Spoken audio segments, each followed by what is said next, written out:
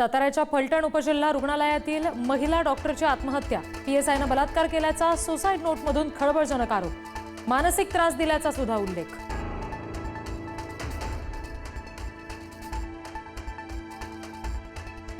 रायरेश्वर किल्ल्याच्या परिसरामध्ये परप्रांतीयांकडून दारूची पार्टी। ट्रेकिंगसाठी जात असताना शिवप्रेमींना परप्रांतीय पार्टी करताना आढळले।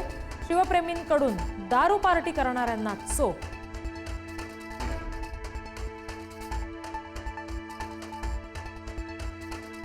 बेईमानी केली तर 5 वर्ष दरवाजे बंद करणार। चंद्रशेखर बावनकुळे यांनी कार्यकर्त्यांना भरला सज्जड दम। तुम्हाला काय वाटतं? तुमचे व्हॉट्सअप सर्व्हिलन्सवर नाहीये। कोण काय करता आम्हाला माहितीये, बावनकुळेंचं वक्तव्य।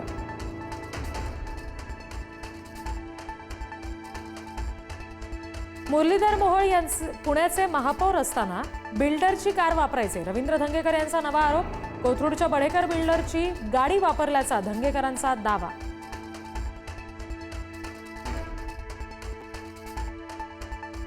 पुणे पोलिसांनी जप्त केली गुंड निलेश घायवळची स्कॉर्पिओ। अहिल्यानगरच्या जामखेड खर्डा इथं उसात लपवून ठेवली होती गाडी।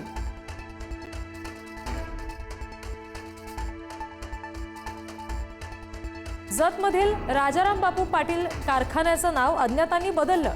राजे विजयसिंह डफळे साखर कारखाना असा नवीन फलक लावला। नाव बदलल्यामुळे पडळकर जयंत पाटील वाद आणखी पेटण्याची शक्यता।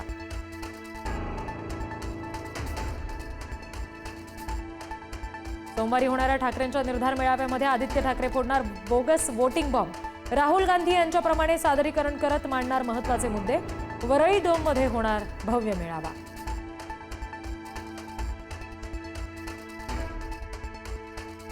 मुंबई क्रिकेट असोसिएशनची येत्या 12 नोव्हेंबर रोजी अध्यक्षपदाची निवडणूक। अध्यक्षपदासाठी अनेक नेत्यांकडून शरद पवारांच्या भेटीगाठी। कोण बाजी मारणार याकडे लक्ष।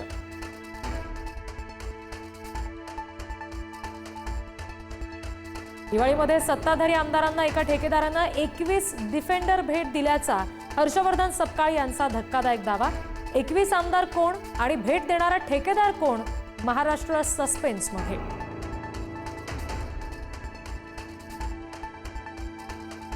उपमुख्यमंत्री शिंदेंच्या नगरविकास खात्यांतर्गत MSRDCनं काढलेली महागडी निविदा रद्द।